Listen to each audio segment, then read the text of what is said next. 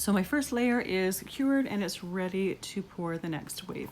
I've already got my resin mixed and ready to go. I've mixed my white in a separate container. I'm going to pour this layer.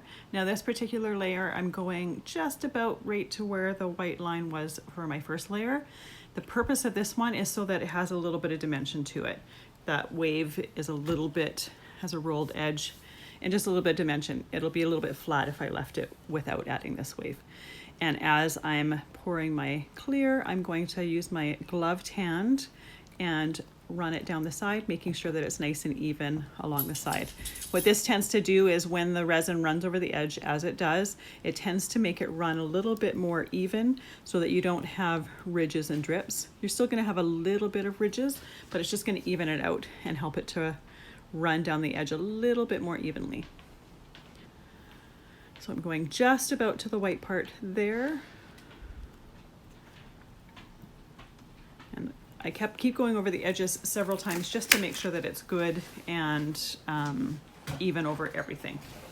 Better to check it a couple times than to assume after doing it just once.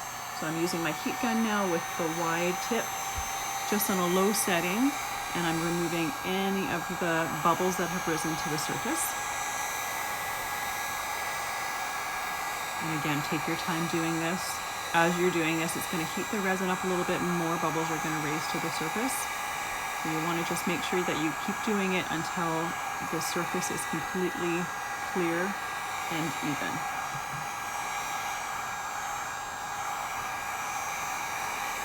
I'm trying to see on the screen as I'm doing it that even as I go over it a couple times, more bubbles have risen.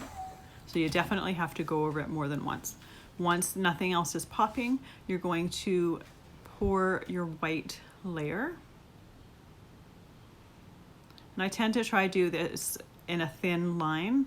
Sometimes it ends up being a little bit thicker than I would have liked. Some people use their silicone sticks to put a line so that they have just a wee bit of white.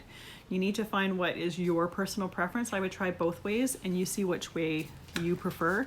For myself, I didn't find I had enough white when I just used the silicone stick to push it out or pour it down. Now I'm going to use my fine tip and I'm using a high setting on my heat gun, putting the heat gun as horizontal as possible to the piece and blowing that white out.